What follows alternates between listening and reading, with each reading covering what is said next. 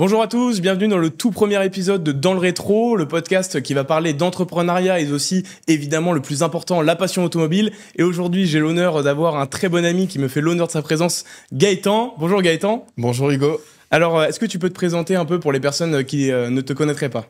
Moi c'est Gaëtan Cocoal, je suis originaire du sud de la France et la raison pour laquelle je suis là, c'est que j'ai créé une association il y a quelques années et dont le but est d'organiser des événements réservés aux voitures de sport dans le sud de la France. Donc ouais, on va en discuter un peu plus en détail au cours de cette interview. Ok, et donc toi, tu as fait une école de commerce, tu as fait une classe préparatoire avant aussi ? Ouais, c'est ça. Donc si on passe vite fait sur mon parcours, j'ai fait lycée bac S, j'ai enchaîné avec 2 ans de prépa, maintenant je suis en école de commerce et en dernière année actuellement, donc c'est bientôt fini. Bientôt fini, ouais, Okay. c'est ça. Ok. Et alors, comment tu décrirais un peu ton expérience en école de commerce ? Quelque chose que tu as adoré, là, puisque tu arrives à la fin ? En vrai, moi j'ai kiffé, dans le sens où j'ai rencontré plein de gens qui avaient plein de projets, dont certains qui ont monté des sociétés qui fonctionnent bien aujourd'hui. Et donc voilà, en vrai, j'ai adoré cet esprit-là un peu entrepreneurial qu'on pouvait retrouver dans l'école. Puis accessoirement, ça donne l'opportunité d'avoir des expériences à l'étranger de fou. Ouais, de faire des nouvelles rencontres aussi. Ouais, c'est ça. Enfin, j'ai fait 6 mois en Afrique du Sud l'année dernière. C'était bien, fantastique. c'était bien. C'est ça. Donc voilà, en termes d'expérience, c'est fou. Et non, en vrai, je recommande. Faut pas forcément y aller en se disant les cours, ça va être le truc le plus important. Mais en fait, tout ce qui est autour, c'est des choses qui. C'est l'environnement. C'est ça. L'environnement est super intéressant, ouais. Ok. Alors du coup, on va être amené évidemment à parler maintenant en plus de le plus important, c'est donc l'association. Alors déjà, la première question que tout le monde se pose, c'est d'où vient ta passion pour l'automobile ? Ma passion pour l'automobile, elle a commencé il y a un petit moment. Je ne saurais pas donner un élément déclencheur à la passion. Mais voilà, je me souviens que très vite, je me suis retrouvé par exemple au primaire. Je me souviens, j'avais des magazines sport auto, etc. Je les ramenais à l'école. Et dès que je finissais un exercice et tout, un peu avant les autres, je sortais le magazine et je dessinais les caisses. Donc il y avait, 458 ou je sais plus ce qui sortait à l'époque, voire même un peu avant. Et je dessinais ça pendant les cours en primaire. Donc ça a commencé il y a un petit moment, ouais. Ok, donc ça remonte et t'as toujours autant cette passion, même encore plus peut-être aujourd'hui. Ouais, disons que elle se traduit, on va dire, par des choses plus concrètes. À l'époque, j'étais passionné, j'étais un fou, j'étais complètement taré. Et maintenant, en vrai, je le traduis par les événements que j'organise, par ce genre de trucs, on va dire, ou même par des stages dans l'automobile. J'ai travaillé chez Alpine F1 pendant 6 mois, donc en vrai, ça se traduit plutôt là-dessus. Mais non, en vrai, la passion, elle a toujours été là. Et elle sera toujours là, c'est sûr. Et alors justement, donc évidemment, tu as été passionné depuis tout petit, mais qu'est-ce qui a fait que tu t'es dit, tiens, j'ai envie de créer une association dans l'automobile ? Comment t'es venue l'idée ? En vrai, l'idée, elle est venue parce que, donc, à l'époque, je faisais pas mal de car spotting à Aix-en-Provence. Comme beaucoup de gens aujourd'hui. Ouais, c'est ça. Aujourd'hui, c'est vraiment la mode, mais à l'époque, il y en avait un peu moins.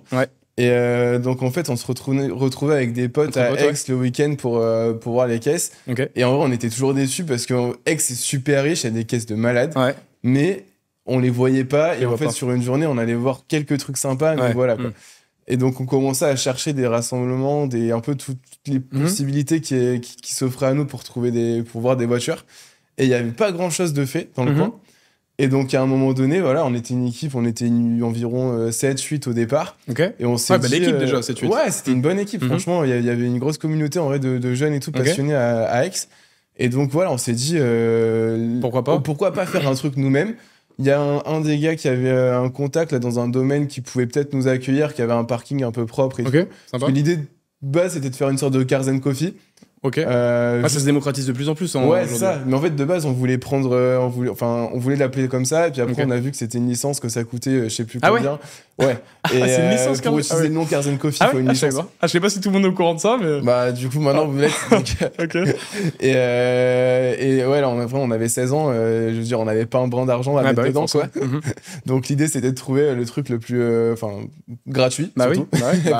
Surtout à cet âge-là, quoi. C'est ça. Et donc, en fait, ce qu'on a fait, c'est il y a quelqu'un qui a réussi à avoir le contact d'un domaine. Le gars a dit OK. On lui a expliqué qu'on voulait faire un petit déj. Donc, c'était nous qui avons payé, tu vois. On a tous mis un peu d'argent pour acheter 100 € de viennoiserie et je sais pas, en vrai, des cafés, des trucs comme ça. Et puis voilà, en vrai, c'est comme ça que c'est arrivé. Et après, la manière dont on a contacté les gens, parce qu'il y a ça aussi qui est derrière. Parce qu'une fois que t'as l'idée, après, il faut aller trouver les contacts et les gens qui vont vouloir venir aussi à l'événement. Ben ouais, c'est ça. Et surtout qu'on venait pas forcément de ce milieu-là, on avait ni des parents qui avaient des caisses ou quoi à l'époque. Et donc ça a été un peu le plus gros défi, ça, déjà. Bah oui, complètement. En vrai, on était juste des passionnés qui avaient une idée, mais on avait ça suffit pas le contact. Et donc, ce qu'on a fait, c'est que déjà, on a poncé genre les forums et tout. On a forcément Facebook, Insta. J'ai passé des journées entières sur tous les groupes possibles, les gens et puis à trouver des amis, etc. Ou dès qu'il y avait une photo de profil qui pouvait indiquer qu'il y avait peut-être une voiture de sport derrière. Un vrai stalker, quoi. Méga stalker. Et donc ça, et puis en fait aussi le truc qu'on a pas mal fait, qui avait bien marché, c'est qu'on allait à Aix toujours. Mais là, on y allait à un rythme, mais genre, tous les samedis et dimanches, pendant 1 mois et demi avant l'event. Et on faisait le tour de tous les parkings de la ville, mais qui allait faire 2-3 fois par jour. Et l'idée, c'était, dès qu'il y avait une caisse un peu sympa, on laissait un petit papier écrit à la main, avec tu vois, nos coordonnées, etc. Le but, pourquoi on avait laissé le papier. Donc, tu vois, on fait un événement tel jour et tout. Et ça a super bien marché. Je pense que honnêtement, on devait avoir un 50% de ratio, tu vois, de papier et de gens qui nous contactaient derrière. Et voilà, en vrai, c'est comme ça que c'est parti. Ça a commencé, ça a débuté, ouais. Et voilà, et en fait, après, on est arrivé le jour J où t'es là, t'as contacté plein de monde sur des réseaux, sur les trucs, les gens ils t'ont dit ok, ouais, peut-être on vient. Mais tu sais pas vraiment s'ils vont venir, en fait, au final, t'attends toujours le jour J et t'attends de voir ce qui va arriver. C'est ça, à l'époque, c'était pas, on faisait pas réservé ou quoi, donc c'était. À tout moment, t'en avais qu'un qui venait, quoi. On savait pas si on allait avoir 4 voitures ou 50. Ah bah oui. Donc c'était un peu la surprise et tout.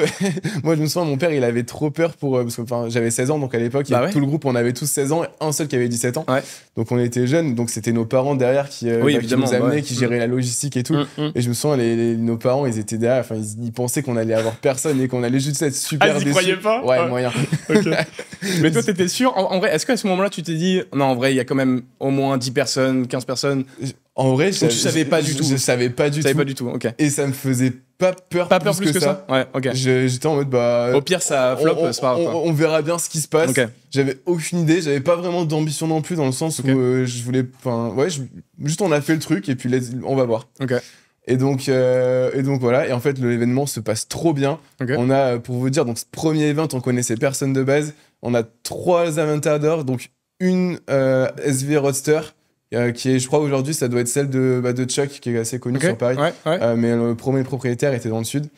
Ensuite, on avait une Miura Hommage, qui est donc la seule en France, et il y en a 50 exemplaires dans le monde. Donc celle-là, fallait la trouver, et elle est venue au premier événement. Et après, il y en avait une autre Aventador marron, là, qui était superbe. Donc, on a vu des caisses de fou, et donc 45 voitures en tout. 45 Donc sur le premier événement que tu as organisé, il y avait 45 voitures qui sont venues. C'est incroyable. C'est incroyable. Franchement, même nous, on s'attendait pas à ça, tu vois. T'attendais pas quand tu repenses au moment où tu mets les petits post-it, les petits prospectus sur les belles voitures dans les parkings, et après tu vois il y a 45 personnes qui arrivent derrière. Ouais, c'est ça. Franchement, ça sortait de nulle part, tu vois. C'était vraiment inespéré. Et donc ça a choqué tout le monde, tu vois, nos parents aussi, et en vrai même le mec du domaine, parce que le gars du domaine il avait accepté, et puis au fur et à mesure, tu sais, on sentait qu'il était un peu stressé dans le sens où avant l'événement, il avait peur d'avoir dit oui à des gens, mais il savait pas trop ce qu'il allait avoir en retour, parce qu'en fait, t'as dit oui à des gars de 16 ans pour organiser un event. Tu sais pas ce qui. C'est sympa déjà de vous avoir fait confiance. Ouais, il nous a fait confiance. Il nous a fait vraiment confiance, et en vrai, c'est grâce à lui aussi, dans le sens sinon, si on n'avait pas de lui, on n'avait pas de lui, quoi. Ah bah complètement, ouais. Et donc voilà, en vrai. C'est un grand merci à lui du coup de nous avoir accueillis à cette époque-là. Et en vrai, le mec, il est venu nous voir à la fin, tu vois, en mode, mais en vrai, les gars, c'était super cool ce que vous avez fait. Ouais, il adorait. Puis en fait, même, tu vois, pour les domaines, ce qui était cool, c'est que, donc ça, on l'avait pas anticipé, tu vois, mais c'est qu'en fait, t'as 50 personnes qui viennent avec des voitures de sport. Quand ils vont acheter à la cave, ils vont pas prendre une bouteille, ils vont prendre un pack ou 2, voire plus. Donc il a été aussi content. Donc en fait, une clientèle. financièrement, en fait, c'est archi rentable pour les boutiques. Ça a été gagnant-gagnant en fait pour les deux. Et comme pour le coup, il nous l'a dit, ça nous a permis après de négocier sur des events et tout plus tard, en sachant ça. Et c'est vrai que c'est des trucs qu'on a découvert au fur et à mesure. Mais... Ok, trop bien. Ouais. Et donc, alors ça, c'était donc le premier rassemblement. Bon, évidemment, aujourd'hui, ça a dû évoluer en termes de logistique, en termes de responsabilité, parce qu'il y a aussi des responsabilités quand on organise un rassemblement comme ça. Aujourd'hui, il y a un événement type chez AGC Events. Ça s'organise comment ? Comment ça se déroule ? En gros, on a 2 types d'événements. Pendant longtemps, en fait, on avait fait... Donc, c'était vraiment type rassemblement. Et quand on avait évolué pour faire des trucs plus quali, donc on trouvait un domaine très stylé où on pouvait exposer les voitures dans le jardin le matin. Donc tu vois, typiquement un beau château du sud de la France, bel hôtel ou quoi, 5 étoiles, tu sais, où t'as toujours un beau jardin. Donc on faisait ça. Les voitures exposées dans le jardin le matin, petit-déj en parallèle, bonne ambiance sympa. À midi, on déjeune sur place. Donc, soit on faisait venir un traiteur, soit l'hôtel avait son resto. Donc, c'est eux qui géraient. Nous, forcément, on organisait tout en amont, le menu, etc. Mais, et après, on partait. Donc, une fois vers 14h, une fois que tout le monde a mangé, on part pour 1h30, 2 heures de balade max sur les petites routes, Luberon, Alpi. En vrai, on a de la chance autour de chez nous dans le sud. Le paysage, il est sympa. C'est fait pour rouler en voiture de sport. Quoi. Il y a des endroits magnifiques. Et donc voilà, en vrai, c'est ça. Et après, retour sur le lieu de départ. Petit verre de fin de journée avec un petit goûter, etc. En vrai, c'est bonne ambiance. C'est assez calme. Tu vois, on n'a pas envie d'avoir non plus une journée trop rythmée où t'as pas le temps de rien faire, t'as pas le temps de profiter. En vrai, voilà, c'est chill, mais c'est vraiment sympa. Donc ça, c'est le premier type d'event. Et après, le deuxième, donc ça va être plutôt de la balade, juste rouler toute la journée. Plaisir, quoi. Point de départ le matin, 9h, ça roule. À midi, on trouve toujours des endroits super sympas. Et en vrai, je pense que c'est un peu ça notre plus-value, c'est que on emmène toujours les proprios de voitures de sport comme ça dans des endroits où ils n'ont pas forcément l'habitude d'aller. Qu'ils connaissent pas. On est très bon pour trouver un peu les trucs niches. Voilà, je me souviens, en octobre, on a fait un event et le lieu d'arrivée, c'était à 10 km de chez un des proprios. Il en avait jamais entendu parler, alors que c'était un truc de malade mental, mais que je sais pas, qui est inconnu. Et moi, je suis tombé dessus vraiment par hasard et tout, parce que je fais pas mal de recherches à chaque fois pour trouver des endroits. Il y a tout le travail en amont. Ouais, c'est ça. En vrai, déjà, Google Maps, je peux vous dire que je l'ai poncé, mais comme pas possible pendant des années, je continue à le poncer. Tu connais le GeoGuessr ou pas? Ouais. Je pense que tu peux être bon là-dessus, en tout cas, dans la région. Sur la région du sud de la France, je suis pas mal. Excellent. Sur la région du sud de la France, je pense que je peux être vraiment pas mal. Et donc, alors, sur les plusieurs événements, voilà, tu nous racontais le plus récent. Quel événement t'a le plus marqué? Est-ce que ça a été le premier parce que c'était la première organisation, les premiers problèmes, etc. Ou bien le dernier ou un autre événement qui t'a vraiment marqué, où il s'est passé quelque chose de fou voilà. Non, en vrai, l'événement dont j'ai le meilleur souvenir, c'est un événement qu'on avait fait, donc c'était juste après le Covid, le premier événement qu'on fait après le Covid. Où donc on trouve déjà le plus beau château qu'on avait eu jusqu'à présent. Donc c'était le château de Fons-Colombe au Nordex, pour ceux qui veulent regarder, où on mettra peut-être une photo dans ça. Mais pour le coup, c'était juste fantastique comme endroit. On a eu le meilleur plateau en termes de voitures qu'on avait jamais eu. Donc on avait Murcielago SV, quand même, il y en a très peu, c'est vraiment cool. Une Pista Aperta qui était bleue, superbe. On avait quoi? On avait après 720S, 600 LT Spider. Plein de voitures. On avait il y avait vraiment beaucoup de caisses et des line-up de fou. Et ensuite, l'événement, dans la manière dont ça s'est organisé, il y a tout qui s'est déroulé parfaitement. C'est-à-dire que c'est, je pense, l'événement où j'ai eu le moins à faire en termes de staff. Dans tout l'événement, parce qu'en fait c'était tellement bien organisé en amont qu'en vrai on a juste kiffé comme un participant presque, tu vois, pendant tout l'event, parce qu'on n'avait plus rien à faire, tu vois. Après, comme ça c'est professionnalisé, tu gères plus le petit-déj parce que c'est l'hôtel qui gère, tu gères plus le resto parce que c'est l'hôtel qui gère aussi. En fait, toi, une fois que t'avais tout fait en amont, le jour J t'as plus qu'à kiffer, à placer les voitures et globalement c'est bon, tu fais la partie, on va dire, commerciale, où tu vas accueillir les gens, où tu vas faire en sorte qu'il y ait une bonne ambiance, tu vois, pendant ton event. Mais t'as plus rien à gérer en termes d'orgas. Juste tu profites un peu plus que... C'est ça. Et en vrai, là, pour le coup, c'est l'event où j'ai le plus profité. Après, dans la balade l'après-midi, j'étais en 430 Scuderia. C'est un super souvenir, parce qu'en vrai, c'est une caisse qui est géniale. Et donc voilà, avoir fait 2 heures là-dedans... tu profites, quoi. Tu profites. À chaque événement, tu profites. C'est ça. En vrai, c'est le but aussi. Nous, on a toujours fait ça pour se faire kiffer. Oui, forcément. Et donc, c'est faire plaisir, mais c'est aussi se faire plaisir à travers les événements, quoi. C'est ça, Et est-ce qu'il y a une anecdote un peu, je sais pas, insolite, un truc qui s'est mal passé ou quelque chose qui s'est... Pas qui s'est mal passé, en vrai, je touche du bois pour l'instant, ça va. Heureusement. Mais non, après, les trucs insolites, typiquement à l'événement à Fons-Colombe, il y a un mec qui arrive du coup, une Nissan GTR. ultra préparé. Et en gros, le gars de l'hôtel nous dit, donc c'est un hôtel 5 étoiles, il nous dit, alors s'il vous plaît, juste faites attention, faites pas trop de bruit avant 11h du mat, parce que y a les clients qui dorment, etc. Et là, le mec avec la GTR, donc elle faisait 1200 ou 1300 chevaux, elle avait une prépa de malade mental. Et donc il arrive donc à la grille à l'entrée du domaine, donc avant d'arriver au bat, et tu l'entends arriver alors qu'il accélère pas, mais au loin, vraiment de très très loin. Et il était quelle heure ? Donc j'arrive en courant pour le voir, en lui disant ouais mec, attends, s'il te plaît, fais gaffe, fais doucement. Et il me dit ouais, je peux pas faire plus doucement, c'est-à-dire il y a pas de valve, il y a plus rien. Et la caisse, ça fait plus de 120 décibels au ralenti, c'était vraiment un truc de malade mental. Genre, enfin vraiment la prépa sur la caisse, c'était fou. Et donc le gars, je lui dis, en vrai, vraiment fais gaffe parce que là il est 9h30, tu peux pas. Ah oui, c'est ça, il est arrivé tôt, tu vois. Et donc en fait, il a juste mis un petit coup pour que la voiture roule, et après il a coupé le moteur, et la voiture il a fait l'allée sur les, enfin avec l'élan quoi, je veux dire, et je lui ai dit de se garer sur le côté de l'allée, et qu'on la garerait ailleurs une fois que ça sera 11h, et que excellent. Voilà. Parce que le mec il a une caisse trop bruyante. Surtout si le mec de l'hôtel t'a dit faites attention. Après, du coup zéro problème, le mec il comprend tout à fait, je veux dire, il fait pas l'innocent, il arrive avec une caisse comme ça. Complètement. Et alors, est-ce que ça a été du coup un peu est-ce que ça a été ce modèle-là, la Nissan GT-R à 1200-1300 chevaux, qui a été le modèle le plus fou que t'aies pu accueillir sur un rassemblement, ou il y a encore un modèle plus fou que celui-ci que t'as pu recevoir ? Alors en plus débile, c'est clairement le plus débile, pas de doute là-dessus.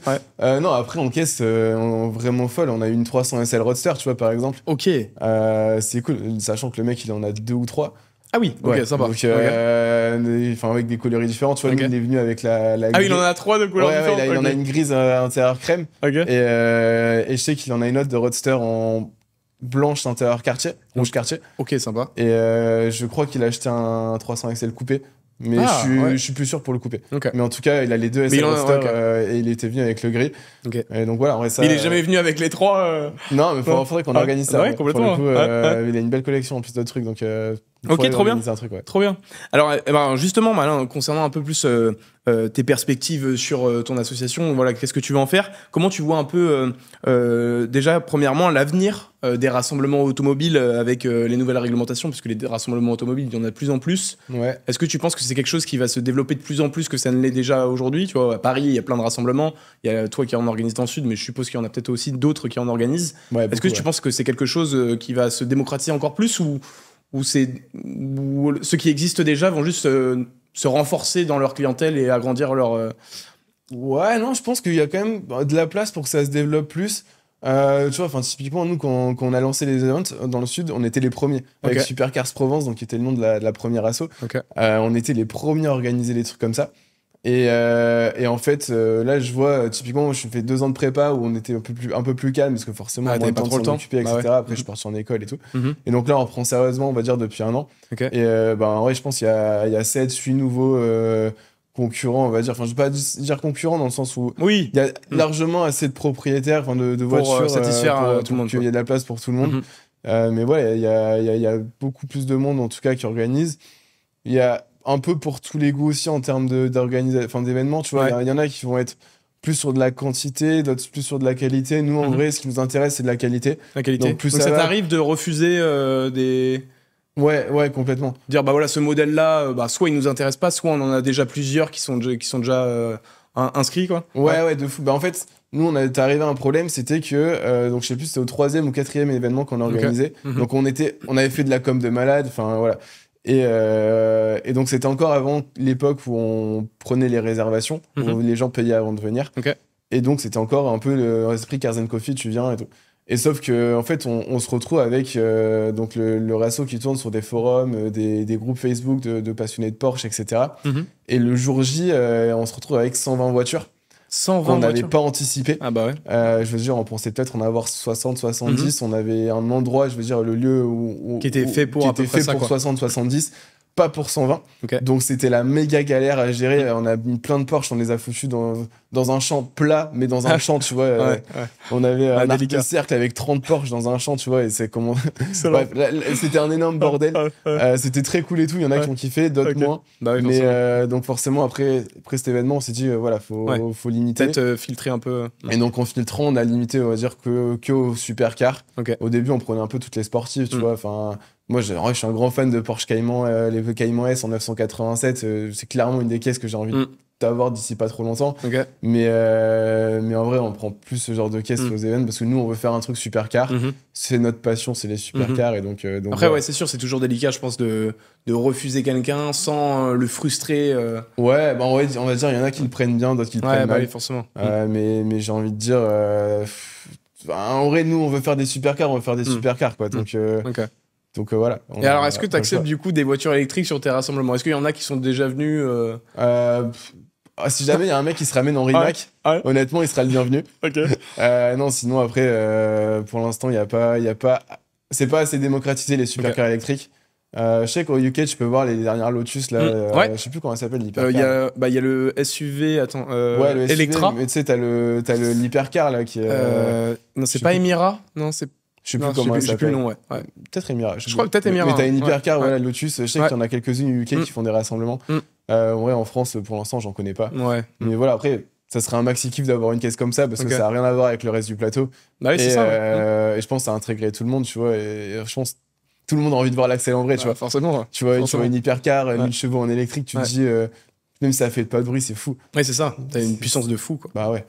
Et justement, alors qu'est-ce que tu penses, toi, globalement, des voitures, la montée un peu, la démocratisation des voitures électriques? On en voit de plus en plus, que ça soit même les grandes marques, comme Porsche, etc. Ils s'y mettent tous et développent de plus en plus leur modèle électrique. D'ailleurs, Porsche, je crois, se débrouille plutôt bien avec le Macan, le Cayenne, etc., qui se vendent plutôt bien, en tout cas, je crois. Qu'est-ce que toi, tu penses de cette arrivée de la voiture électrique et de la démocratisation En vrai, dans le sens où la voiture électrique, en ville, pour moi, ça a du sens. Tu vois, parce que ça pollue pas en ville et donc ça permet quand même de respirer un air propre en ville. Et moi, le premier, j'habite à Paris en ce moment. Je suis très content de pouvoir respirer un air peut-être plus propre qu'il y a 30 ans. Voilà, après, ça c'est pas pour tous les usages. Maintenant, je vois que t'as BYD là, qui vont développer des bornes ultra rapides qui sont censées charger en 20 minutes, je crois. en 5 minutes 400 km d'autonomie. 5 minutes c'est pas disponible en Europe encore, mais en Chine, j'ai vu qu'ils ont sorti quelques stations comme ça. Truc de malade, tu vois. Et en vrai, peut-être que ça va changer aussi l'approche que j'ai en termes de daily, tu vois, pour ces voitures. Après, ça remplacera jamais un moteur Atmo et tout, mais en vrai, pour un daily, c'est un truc que je peux comprendre complètement. Après, voilà, le problème, tu vois, typiquement de Porsche, t'en parlais tout à l'heure. Sur du neuf, ça se vend plus ou moins, genre tu vois, des Taycan parce que voiture de société, ça passe et tout.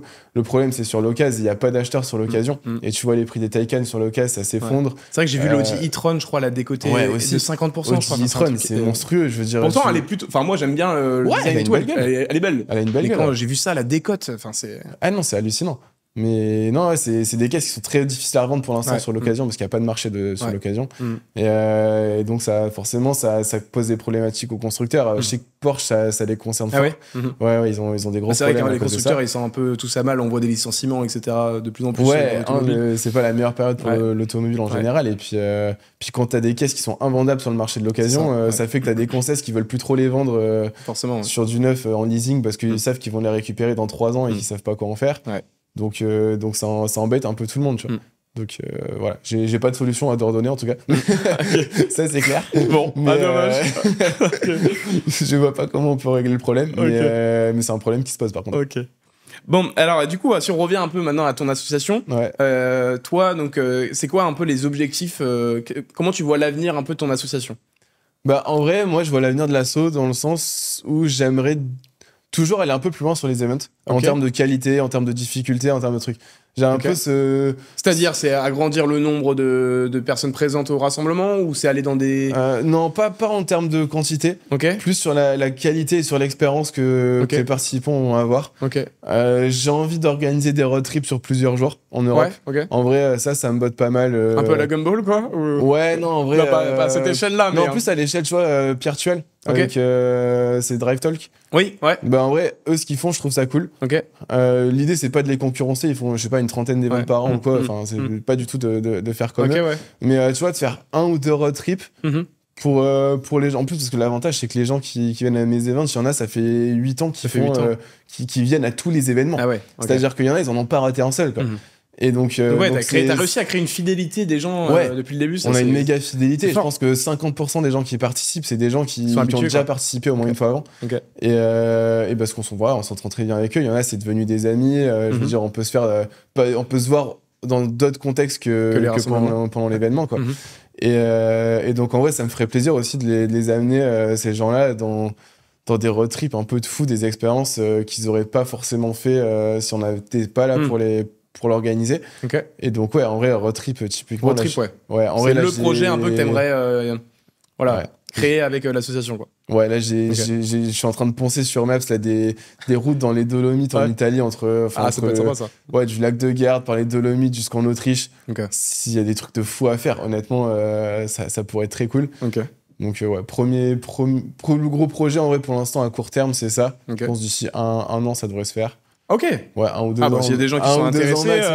Si jamais ça vous intéresse. D'ailleurs, de toute façon, je mettrai tout en description pour que les gens puissent te retrouver, retrouver le compte du coup de AGC Events sur Instagram, TikTok. Non, vous avez on n'est pas. On a Instagram. Ouais, c'est ça. En vrai, pour l'instant, on a.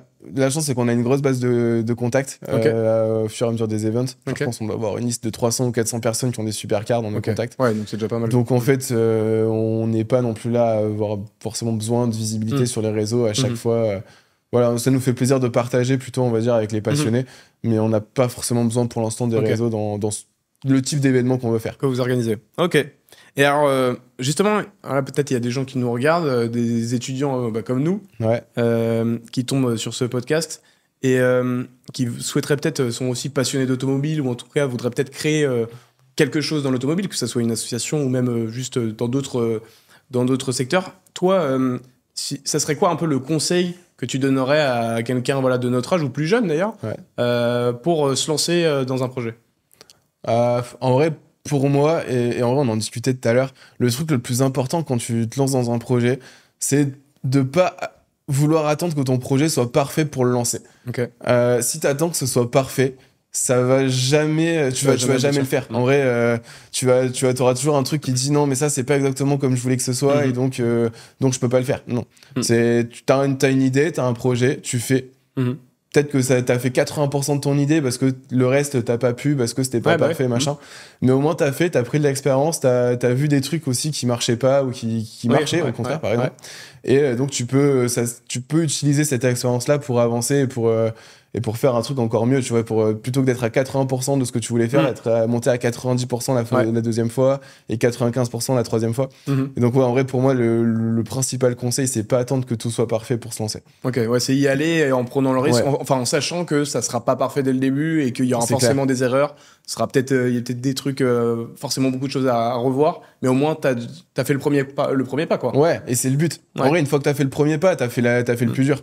Et donc, si t'as fait le premier pas qui est pas parfait, ton deuxième, il sera meilleur. C'est ça. Alors après, tu t'améliores au fur et à mesure. Parce que aujourd'hui, là, si tu compares, par exemple, le dernier événement que t'as organisé qui était en septembre, non, en vrai, j'en ai fait un en février, la fin février. T'en as fait en février. Et si tu le compares au tout premier que t'as fait, je pense que la progression, elle est énorme. Ouais, ça a rien à voir. Il y a des fois, je sais pas, peut-être tu dois te dire avec des potes, tu te rappelles quand on était là à mettre des post-it dans les parkings et aujourd'hui, on a ça. Non, mais t'as une petite fierté et tu te dis, putain, j'ai bien fait de le faire, quoi. Complètement. Mais surtout, en fait, le truc qui fait que c'est plus parfait aujourd'hui, entre guillemets, si on peut utiliser ce mot, c'est juste que déjà, tout ce qui est nourriture ou petit-déj ou resto, etc., en vrai, c'est vraiment géré par des professionnels, des trucs quali, on va dans des trucs vraiment sympas.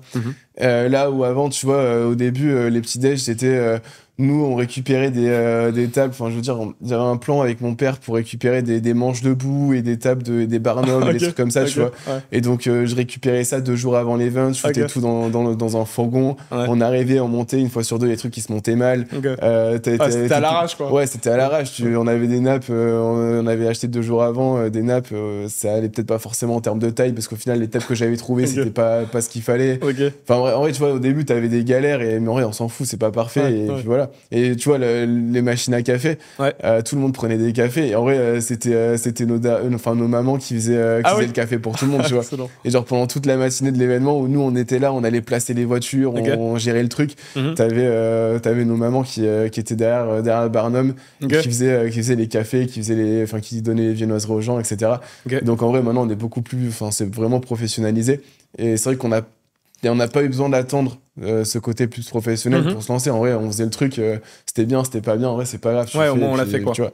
Et c'est vrai que maintenant, je demande des devis, il y a un truc qui me plaît et tout. C'est ok, je valide. Et puis, c'est plus mon problème. Est-ce que aussi c'est peut-être plus facile aujourd'hui, parce que peut-être que forcément ça fait un peu parler ton association dans la région. Est-ce que aujourd'hui, par exemple, quand tu démarches par exemple des hôtels, est-ce que tu veux organiser un rassemblement chez eux, est-ce que les négociations sont plus faciles? Est-ce qu'ils sont plus ouverts ou pas forcément Ouais, si, en vrai, complètement, parce que l'avantage, en fait, nous, on a toujours fait très attention, par contre, aux photos et aux after-movies qu'on faisait des événements. Et donc, tu vois, si vous allez sur YouTube, pour ceux qui veulent, donc, faut taper Supercars Provence. Et donc, on a globalement les after-movies de tous les gros, donc les événements type rassemblement, avec genre une 50aine de voitures et déjeuner sur place, etc. Genre, les sorties, on n'en faisait pas trop des after-movies, mais pour le coup, les rassemblements, on en faisait.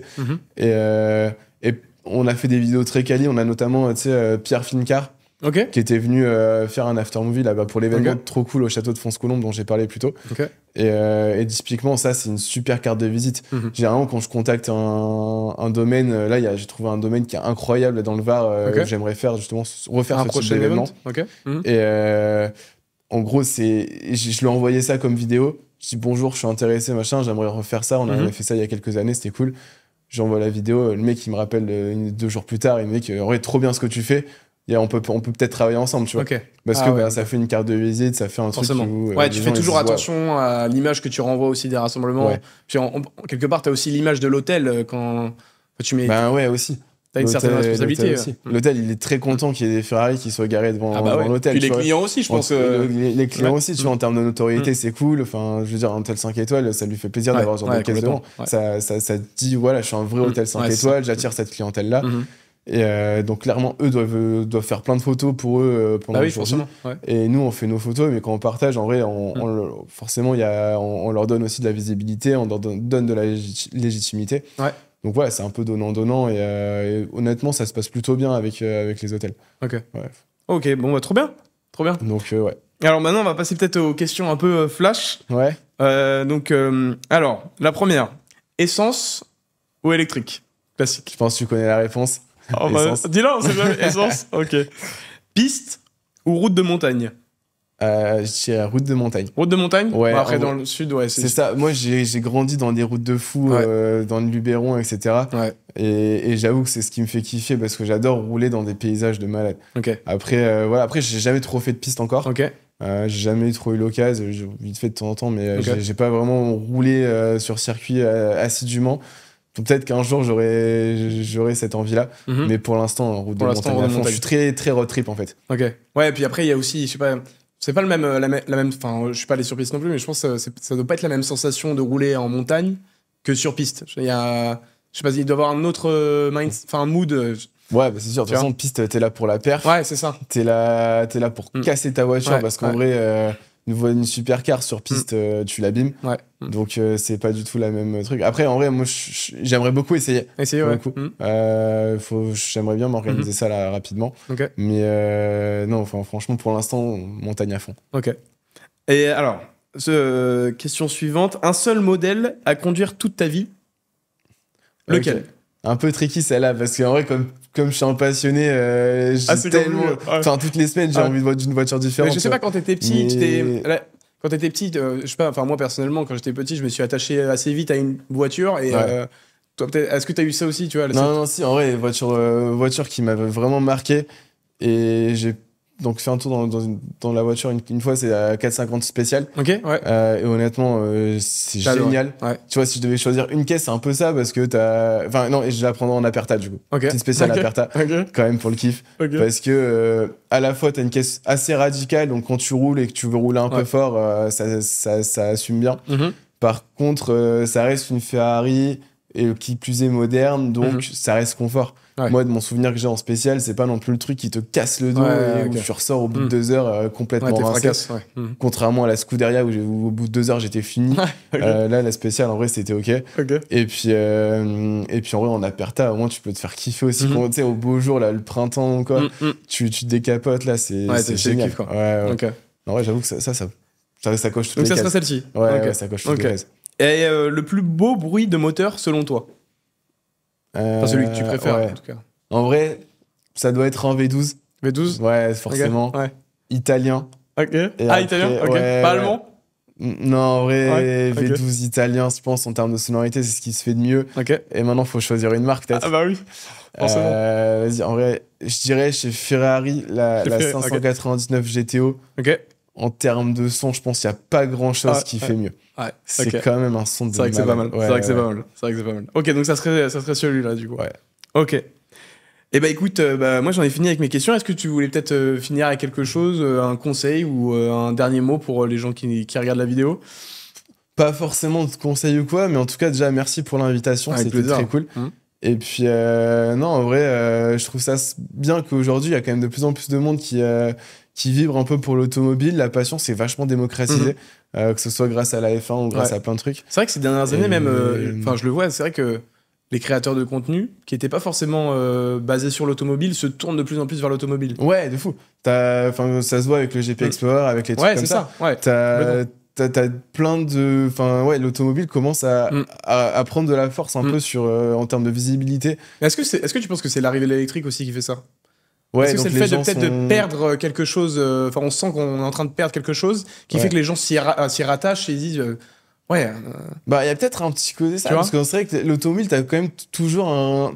Peu importe qui t'es, globalement, t'as une sorte de petit... d'attache avec telle ou telle voiture, ou truc des grands-parents, des machins, des trucs. Et le fait de vouloir un peu tout mettre dans une armoire en disant ça c'est nul et maintenant vous êtes obligé de vous conformer à ça. Je pense que peut-être il y a des gens que ça rend un peu nostalgique et même des gens de notre génération qui ont envie que ça existe encore. Mais moi je trouve ça génial en vrai que Squeezie ou que d'autres créateurs de contenu ils parlent de l'automobile, tu vois, et ils fassent des choses pour cette passion-là. Je trouve ça trop cool. Mais en fait ça me fait penser aussi GP Explorer, mais la F1. C'est vrai que c'est l'apogée un peu de la F1. Enfin, ça a toujours été connu. Mais je trouve, mais là, ces dernières années, à ce niveau-là, c'est impressionnant. Tout le monde regarde la F1 maintenant, même les partenariats qu'ils ont, etc. Le seul problème, c'est qu'on n'a plus de Grand Prix en France. Ouais. Malheureusement. C'est sûr. Ça, c'est le seul truc qui manque, peut-être un jour, je sais pas. J'espère. Mais croise les doigts. Ouais, voilà. Ok.